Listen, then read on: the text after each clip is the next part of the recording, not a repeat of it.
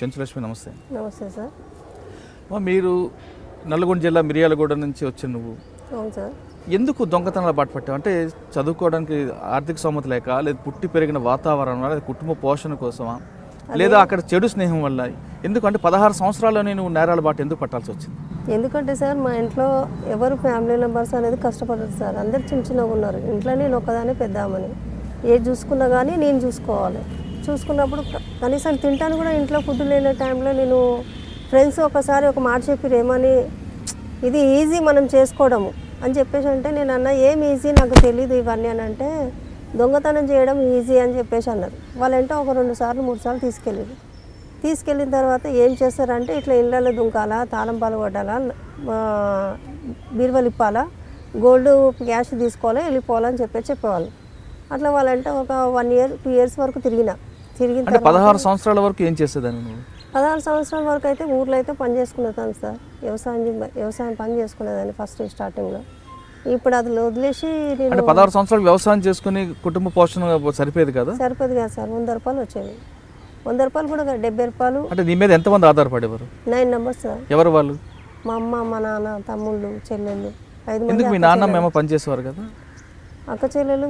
నాన్న ఆటో నడిపించేవాడు. ఏం పైసలు అనేది ఇంట్లో రాకపోతుండాలి, ఆయన తాగటానికే సరిపోతుండాలి. మాకు అట్లా ఇబ్బందులు కలిగేసి నేను ఇట్లా ఈ దొంగతనం బాట పట్టిన. ఎవరు నీకు దొంగతనం చేయమంటే ఈజీగా డబ్బులు వస్తాయని చెప్పి? Friends sir. ఫ్రెండ్స్ అంటే వాళ్ళు ఎంబడి ఎలా తిరిగేవారు? వాళ్ళంట మామూలుగానే తిరిగి వాళ్ళు బాగా చాలా వాళ్ళు కూడా ఒక బీద కుటుంబం వాళ్ళే సార్. వాళ్ళతో పాటు నేను కూడా నా ఇంట్లో కూడా ఒక టయానికి తినడానికి ఫుడ్ సరిపోతుండాలి. నేను ఆ ఇబ్బందులు చూసేసి మా ఇంట్లో నేను ఏదైనా ఒకటి చేయాలి ఇంట్లో వాళ్ళ గురించి అనిపించేది. చేసేసిన ఒకసారి దొంగతనం చేసిన పోలీసు వాళ్ళు పట్టుకున్నారు ఫస్ట్ స్టార్టింగ్లో. పట్టుకుని వెంటనే అప్పుడు 1 year వరకు జైల్లో ఉన్నా. 1 yearకి ఒకసారి జైలుకి పోతూనే ఉన్నా. కానీ ఈ పోలీసు వాళ్ళు ఏంటంటే నేను చేసింది ఒక కేసు అయితే వాళ్ళు పెట్టేది మా మీద ఎక్కువ శాతం కేసులు పెడుతున్నారు. అది సార్ ఇబ్బంది ఏంటంటే ఇప్పుడు లోపల ఉన్న తర్వాత ఈ కేసులు ఎప్పుడు తెగిపోతాయి, ఏం సంగతి, మా ఇంటి కుటుంబ సభ్యులలో నేను ఎప్పుడు కలిసి ఉంటానని చెప్పేసి అది అనుకుంటాను. అది అనుకున్న తర్వాత మళ్ళీ పోలీసు వాళ్ళు ఏం చేస్తారు, బయటికి వెళ్ళిన వెంటనే ఇక్కడ నుంచి గేట్ల నుంచి బయటికి వెళ్ళిన వెంటనే ఇంకో ఏదో కేసు ఉందని చెప్పేసి అక్కడ నుంచి అట్లనే తీసుకెళ్ళి మళ్ళీ తీసుకొచ్చి జైలు వేస్తారు. అది సార్ మేమేం చేయని దాన్ని కూడా చేసింది ఎవరు చూసుకొని పట్టుకోవాలా. అంటే మొత్తం ఎన్ని సంవత్సరాలు చేస్తావు దొంగతనాలు? ఒక 2003 వరకు చేసిన సార్. అంటే ఏ సంవత్సరంలో స్టార్ట్ చేస్తావు? 2003లో ఎండ్ అయింది. 2003 వరకు చేసిన సార్. ఇంకా అప్పటి వరకు 1 yearకి ఒకసారి జైల్లోకి పోతున్నా. అంటే 2003 వరకు దొంగతనం చేసావు. మీ ఫ్రెండ్ ఎవరో చెబితే ఆమె ద్వారా దొంగతనం. అంటే ఫస్ట్ దొంగతనం ఎక్కడ చేశారు? ఫస్ట్ దొంగతనం ఇక్కడ మన లింగంపల్లి సార్. ఎలా చేసావు? అది ఫ్రెండ్సే తీసుకెళ్ళారు సార్. నన్ను బయట ఉంచిరు, వాళ్ళు లోపల దుంకిరు. ఆ తర్వాత వాళ్ళ వెంట ఒక 4-5 సార్లు పోయినా. వీళ్ళు ఇంత ఈజీగా అని చెప్పేసి అనుకున్నదాన్ని.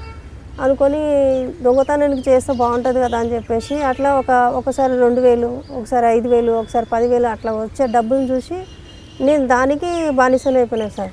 దొంగతనం అంటే మొదటిసారి నీ ఫ్రెండ్స్తో కలిపి దొంగతనం చేసినప్పుడు దొంగతన సొత్తులు నీకు ఎంత ఇచ్చారు?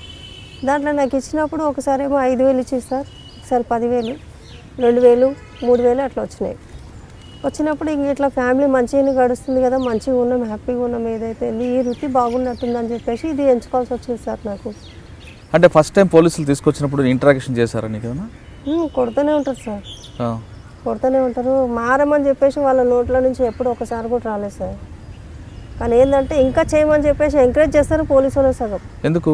ఎందుకంటే ఇప్పుడు మేము దొంగలు దొరకాలంటే చేయాలా కదా సార్. అంటే ఇప్పుడు దొంగతనం చేస్తేనే పోలీసు వాళ్ళు ఉన్నారని అంటారు. వాళ్ళు అట్లా ఎంకరేజ్ చేయబట్టి నువ్వు చేస్తే ఏంద్రా చేసినా కానీ ఎంజాయ్ చేసుకుంటావు, తింటావు, తాగుతావు, ఎంజాయ్ చేస్తావు అని అంటారు. కానీ మేము అది ఎంత ఏం లేదు సార్, మాకు అవసరం కూడా లేదు సార్, మా ఫ్యామిలీ నెంబర్ మాకు గడుస్తూనే అంతే చాలని చెప్పేసి అనుకున్నదని. ఆ టైంలో అట్లా అనుకున్నదని. జైలు నుంచి బయటకు వచ్చిన తర్వాత ఊరికి పోయినా సార్. ఊరికి వెళ్ళిన తర్వాత అక్కడ ఇంట్లో అందరితోటి మంచిగా ఉన్నాం. అప్పుడు డైరెక్ట్గా ఇంట్లో నుంచి తీసుకొని వచ్చారు. ఇంట్లో నుంచి 4-5 సార్లు తీసుకొని వచ్చారు సార్. తీసుకొచ్చి ఎక్కడ పెట్టారు? జైలుకి పంపించారా? జైలుకి పంపిస్తాను ఉన్నారు. ఆ కేసులు నేను చేసింది కాదు, పెట్టింది కాదు. కానీ ఒక్కసారి తప్పు చేసినందుకు పదే అని దొంగ అని ముద్ర మాత్రం కంపల్సరీ వేసింది సార్ మనిషికైతే. అంటే దొంగ అని ముద్ర పడిన తర్వాత జైలుకి వెళ్ళి వచ్చిన తర్వాత మీ ఊరు వెళ్తే మీ ఊరు పబ్లిక్ ఎవరు రానిచ్చేవాళ్ళు కాదు సార్, ఎవరు రానిచ్చేవాళ్ళు కాదు. అక్కడ ఇక్కడికి వస్తే మా పరువు పోతుంది, ఈ పిల్ల ఈ ఊర్లో ఉంటే బాగుండదు, ఈ పిల్ల జైలుకి పోయి వచ్చిందంట, ఇట్లా అంట అట్లా అంట అని ఎంతో బ్యాడ్గా మాట్లాడుకునే వాళ్ళు. రేణుక ఎవరు? రేణుకకి నీకు మధ్యన ఫ్రెండ్షిప్ ఎలా కుదిరిన తర్వాత ఎందుకు మీ ఇద్దరి మధ్యన విభేదాలు ఎందుకు వచ్చాయి? ఏంటంటే మా ఇద్దరి మధ్యలో ఎందుకు గొడవ అయిందంటే వాళ్ళు సపరేట్గా దొంగతనం చేసి వాళ్ళు సపరేట్గా తింటుండాలి, నాకు తెలియకుండా కొన్ని దాచిపెడుతుండే. కాదు, రేణుకకి నీకు మధ్యన పరిచయం ఎక్కడ ఏర్పడి? ఇక్కడనే బయటనే సార్, మా ఇంటి పక్కనే. మిరియాలు కూడా. కానీ మీ ఇద్దరు కలిసి ఎన్ని దొంగతనాలు చేస్తుంటారు? ముగ్గురం సార్, నేను పద్మ, నలుగురు. నా ఫోన్ నెంబర్స్ ఉన్నాం సార్. ఎవరెవరు? నేను, పద్మ, సాలమ్మ, రేణుక, నేను. కానీ తర్వాత ఎందుకు మీ అందరి మధ్య విభేదాలు వచ్చాయి? ఇట్లా పోలీసులు పట్టుకున్నప్పుడు భయపడి వాళ్ళు పారిపోయేవాళ్ళు సార్. పోలీసులు పట్టుకున్నప్పుడు అలా వాళ్ళు, కానీ ఒక్క దాంట్లో రికార్డ్ లేదు సార్. ఒక పిఎస్లో అయితే వాళ్ళ రికార్డ్ ఉంది, కానీ వాళ్ళు అంతగానో పట్టుడు పడలేదు వాళ్ళు ఎక్కువ శాతం. అంటే నేనే ఎక్కువ శాతం పట్టుడు పడుతున్నా. అది చేసేది ఇంత, కానీ పెరిగేది ఇంత పెద్దగా ఫ్యాన్స్ అంటే ఎక్కువ శాతం నేనే ఎక్కువ శాతం డెవలప్ అయిపోయినా అనిపిస్తుంది. నాకు తెలిసే చాలామంది చాలా పోలీస్ స్టేషన్లో ప్రెస్ మీట్లో నేను ఒక్కసారైనా మాట్లాడిచ్చిరా సార్. నాకు పోలీసులు పట్టుకుంటారు, వెంటనే రిమైండ్ డిఐజీని పిలిపియండి, వాళ్ళని పిలిపియండి, ముందర కూర్చోబెడతారు, గోల్డ్ చూపించేస్తారు, లోపడేస్తారు. కనీసం మా బాధలు కూడా కొంచెం అర్థం చేసుకోవాలి టైంలో. ఏంటి బాధలు అప్పుడు ఏంటంటే మేము అసలు యాక్చువల్లీ అంటే దొంగతనం చేయని కూడా మమ్మల్ని తీసుకొచ్చి చేస్తున్నారు సార్ అని చెప్పే మూమెంట్లో కూడా మీరు ఏం మాట్లాడతారో ఏం మాట్లాడొద్దు అని చెప్పేసి భయపడించి, లేకపోయింది అనుకో తీసుకెళ్ళి ఇంకోసారి కోటింగ్ ఇస్తామని అంటారు, భయపడిస్తారు. అంటే మీకు ఎప్పటికైనా ఇంటరాక్షన్ చేశారు? కోటింగ్లు ఇచ్చారా? ఎవరు? మగ పోలీసులు ఇస్తారా, ఆడ పోలీసులు? జెంట్స్ ఇస్తారు సార్. ఆడవాళ్ళు ఎవరా? లేదు. ఎందుకు? రూల్ లేదు సార్ వాళ్ళకంటే మేము వినము అని చెప్పేసి జెంట్స్ మమ్మల్ని కొట్టేశారు. ఏ పోలీస్ స్టేషన్ ఎక్కువగా మిమ్మల్ని ఇంటరాక్ట్ చేశారు? నాకైతే ఏపీఎస్ అంటే ఇక్కడ సిసిఎస్ అని అమర్పేటలో ఉంది సార్, అక్కడ కొట్టారు సార్. ఎవరు? శివరామకృష్ణ అని ఆయన సర్కిల్ ఇన్స్పెక్టర్, ఆయన క్రైమ్ బ్యాచ్ అనుకుంటా, ఆయన కొట్టేవాడు సార్. ఆయన ఒక్కొక్కసారి అనిపిస్తుంది ఈయన కొట్టే దెబ్బకు చచ్చిపోయింటే బాగుండని చెప్పేసి అనిపిస్తుంది. అట్లా టార్చర్ చేస్తారు. అంటే ఆడవాళ్ళకి మగవాళ్ళు కొట్టకూడదు కదా? కొడతారు సార్, అది మనలో ఉంటుంది, మగవాళ్ళు ఆడవాళ్ళని కొట్టొద్దు అని చెప్పేసి. కానీ ఈ పోలీసు వాళ్ళు ఏం చేస్తారంటే ఆడలో కొడుతురు అని చెప్పేసి మేజిస్ట్రేట్ ముందర తీసుకుపోయినా కానీ ఇంతగానో కొట్టినా కానీ ఏం కొట్టలేదని చెప్పండి అని చెప్పి చెప్తారు. మారిపోండ్రా, మీరు మంచిగా బతకండ్రా అని చెప్పింది. ఇక్కడ ఈ పిఎస్లో ఒక ఆయన ఉన్నారు సార్, రాజేంద్ర నగర్ పిఎస్లో. బాగా పేరుంది సార్, నాకు ఐడియా వస్తలేదు. CI sir. ఆయన చెప్పింది సార్ మాకు మంచిగా మారిపోండ్రా, మంచిగా బతకండ్రా అని చెప్పేసి. ఆయన చెప్పిన వల్ల నేను ఒకసారి ట్రై చేసిన, ఎందుకని దొంగతనం చేయకపోయిన ముందుకే వాళ్ళ కళ్ళ ముందర నేను ఉంటే బాగుంటుంది కానీ అని చెప్పేసి. సార్ నేను రిలీజ్ అయిన వెంటనే మీ పిఎస్కి వచ్చి మీ ముందరనే ఏదైనా ఒక పని ఇప్పియండి సార్, నేను ఇక్కడనే చేసుకొని బతుకుతా సార్ అని చెప్పిన. అంటే మా పిఎస్కి వచ్చి మా పిఎస్లో దొంగతనం చేస్తానికి అని చెప్పేసి వాళ్ళు భయపడిస్తారు. ఇది 200 కేసులు చేసింది, దీని ఇప్పుడు మళ్ళీ ఏదైనా ఒక కేసులో ఇరికియాలి దీన్ని అని చెప్పేసి అనుకుంటున్నారు సార్ పోలీసుల ఉద్దేశంలో. ఇప్పుడు నేను వచ్చే మూమెంట్లో ఒక ఆయన కనిపించిండు, ఏం చేస్తున్నావు, ఏం సంగతే, ఎక్కడ ఉంటున్నావు అన్నాడు. సీదా మాట్లాడు సార్, మీరు అట్లా వరస్ట్గా మాట్లాడొద్దు నాతోటి అని చెప్పేసి అన్న. నీ ఫోన్ నెంబర్ అంటే నా ఫోన్ నెంబర్ తోటి మీరేం చేస్తారు, ఏం చేస్తారు సార్ అని. మా డిఐజీ సార్ పిలుస్తున్నారు సార్, నాకు అర్జెంట్ పని ఉంది, వచ్చినాక మాట్లాడతాను. ఇప్పుడు కూడా గేట్ ముందరనే కూర్చొని ఉన్నాడు. ఇట్లా పోలీసు వాళ్ళు ఎప్పటికి మారారా సార్, గీమే మాటలు. పిల్లల్ని ఇంట్లో కూడా అట్లా పిలుస్తారో లేదో కానీ సార్, దొంగతనం చేసిన వాళ్ళకి మరి అంత వరస్ట్గా మాట్లాడతారు, అంత బూతుగా మాట్లాడతారు. మరి ఈ విషయం దాంట్లో ప్రాపర్టీ మనం కోర్టులోకి వెళ్తే ఏమంటారు సార్, జడ్జి కూడా పోలీసు వాళ్ళ మాట్లాడింటారు ఆడ. జడ్జి సార్ మేము దొంగతనం చేయలేదు సార్ అంటే, వాళ్ళని పిలవండి అయ్యా, వీళ్ళని పిలవండి అయ్యా అని చెప్పేసి ఒక 2 years 3 years అట్లనే జైల్లోనే మురగొడుతుంటారు వాళ్ళని. ఇంకా వాళ్ళ ఫ్యామిలీ మెంబర్స్ ఏమైపోతారు సార్. మేజిస్ట్రేట్లు కూడా పట్టించుకోరు సార్. మేజిస్ట్రేట్లు ఏమంటారు, ఈమె చేసిందా, చేసింది, ఏం చేసింది అయ్యా, షార్ట్ షీట్ వేయండి, కేసు నడిపియండి అని అంటారు. అది మళ్ళీ ఒక 6 months తర్వాత కేసు అయిపోతుంది అని చెప్పేసి మేము ఎదురు చూసాము. ఇట్లా పోలీసులు మళ్ళీ ఏదైనా ఒక కేసు తీసుకొచ్చేయడం. సార్ మేము ఈ కేసు చేయలేదు సార్, ఇది అనవసరంగా వేస్తున్నారు సార్ అంటే, చేయండి వేస్తారమ్మా మీకు అని చెప్పేసి మేజిస్ట్రేట్లు అంటారు. ఇప్పుడు నా కాళ్ళ మీద నేను బతుకుతున్నా సార్.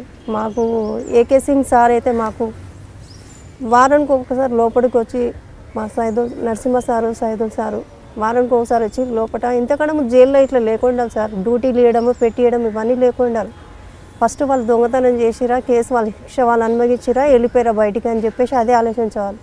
కానీ ఇప్పుడు వాళ్ళు మాకు సొంతంగా మా కాళ్ళ మీద మేము నిలబడాలని చెప్పేసి మాకు వారానికి ఒకసారి వచ్చి లోపలికి వచ్చి ఇట్లా కౌన్సిలింగ్ ఇస్తారు. ఏమని, మీరు మంచిగా మారండి అమ్మ, మీకు బయటికి వెళ్ళి అంటేనే జాబులు కావాలంటే జాబులు ఇస్తామమ్మా, మీరు మంచిగా మారితే మాకు అంతే సంతోషం రా అని చెప్పేసి చెప్తారు. కానీ మేమైతే తప్పుడు పని మాత్రం చేయను. ఎందుకంటే ఇప్పుడు నాకంటూ ఒక ఫ్యామిలీ అనేది ఉంది. మా ఆయన ఉన్నాడు, మా వదిన ఉంది, వదిన పిల్లకు నలుగురు పిల్లలు ఉన్నారు వదినకి. ఇప్పుడు వాళ్ళ గురించైనా మేము మంచిగా బతకాలి సార్, వాళ్ళ భవిష్యత్తు గురించైనా మేము ఆలోచించాలి. ఇన్ని రోజుల నుంచి మేము తప్పు చేసింది ఇప్పుడు అంతా మర్చిపోయినాం సార్, నాకు వద్దు, ఆ జీవితమే నాకు వద్దు అని చెప్పేసి. చెంచులక్ష్మి పాత జీవితం మర్చిపోతుంది, కానీ చెంచులక్ష్మి వివాహం ప్రేమ వివాహమా లేదా పెద్దలు కుదిర్చిన వివాహం? లేదు సార్, లవ్ మ్యారేజ్ సార్ మాది. నీకు ఎక్కడ పరిచయం ఆయన? ఆయన జాతరకి వెళ్ళినప్పుడు పరిచయం అయింది సార్, తనకు కూడా ఎవరు లేదు. అతను కూడా నేరస్తుడే, ఇద్దరు నేరస్తురాలు కలిసి పెళ్లి చేసుకున్నారని పోలీసులు అంటుంటారు. లేదు సార్, తను అసలు నేరం అనేది తెలియదు సార్ ఆయనకి. మరి ఎలా పరిచయం? ఇప్పుడు ఇంటి ఎదురుగానే బాడీగా ఉన్నాం సార్ మేము, ఆయన కూడా అదే ఇంట్లో బాడీకి ఉండేవాడు. ఉంటే అట్లా పరిచయం అయింది, మా ఇద్దరి మధ్య పరిచయం అయ్యి మ్యారేజ్ వరకు మా అమ్మ వరకు నేను తీసుకొస్తే నేను పలానా మనిషిని ఇష్టపడ్డమ్మా, నేను చేసుకుంటామ్మా అంటే వద్దు, వాళ్ళది ఏం క్యాస్టో ఏం సంగతో మనకు వద్దని చెప్పేసి అన్నది. ఏ క్యాస్ట్ అయితే మనిషి అయితే కాదా అని చెప్పేసి తిట్టినా నేను. మా మమ్మీకి తిడితే నీ ఇష్టం, నీకేమనిపిస్తే నువ్వు అది చేయవి అని చెప్పేసి అన్నది. తర్వాత ఇంట్లో నుంచి లేచిపోదామని ఐడియా చేసుకున్నాం. ఇంట్లో ఫ్యామిలీ మెంబర్ని ఇంతమందిని వదిలిపెట్టి పోతే బాగుండదు అని చెప్పేసి ఎట్లా కూడా మా అమ్మని కొట్లాడ పెట్టుకుని అన్నా కానీ నేను మ్యారేజ్ చేసుకుంటా అని చెప్పేసి అనుకున్నా. కానీ ఆయనకి నీ జీవితం గురించి చెప్పావా? తెలియదు సార్ ఆయనకి, నేను దొంగతనం చేసిన, జైలుకి వెళ్ళినా అని తెలియదు సార్. తర్వాత ఈ మధ్య నుంచే తెలిసింది సార్. తెలిసాక ఏమన్నాడు? నువ్వు చాలా దొంగతనాలు చేస్తావంట కదా అని చెప్పేసి అన్నాడు. నేను అన్న దొంగతనాలు ఒకప్పుడు చేసిన, ఇప్పుడు నాకు వద్దని చెప్పేసి నేను అంతా వదులుకున్నాను. నా బతికేందో నేను బతుకుతున్నాను, నా లైఫ్ ఏందో నాకేందో ఇప్పుడు కనిపిస్తుంది. నిమిషంలో 10,000 15,000 సంపాదించుకున్న దానికి ఇట్లాంటి లైఫ్ ఎందుకు వచ్చిందా అని చెప్పేసి నేను బాధపడతలేను. ఇప్పుడు గర్వంగా ఉంది, ఎందుకంటే తలెంతుకొని నేను బతుకుతున్నా, నాకు అది చాలు. అప్పుడు ఏ పోలీసుడు వచ్చి ఎవడొచ్చి తీసుకుపోతాడు అని చెప్పేసి భయపడేవాళ్ళం, కానీ ఇప్పుడు నాకు ఆ భయం అనేది లేదు. నా పేరు Swathi Lakra. For more videos subscribe to iDream. Hello, this is Renu Desai. Please subscribe to iDream. Do subscribe iDream Media. నేను మీ జయప్రకాష్ నారాయణని. మీరు చూస్తున్నారు iDream న్యూస్ని. Please subscribe to iDream. For more videos, subscribe iDream. మరిన్ని వీడియోల కోసం iDreamని సబ్స్క్రైబ్ చేయండి. మీరందరూ కూడా iDream ఛానల్ని సబ్స్క్రైబ్ చేయాలని కోరుకుంటున్నాను. I'm Sucharita, Home Minister of Andhra Pradesh. For more videos, subscribe iDreams.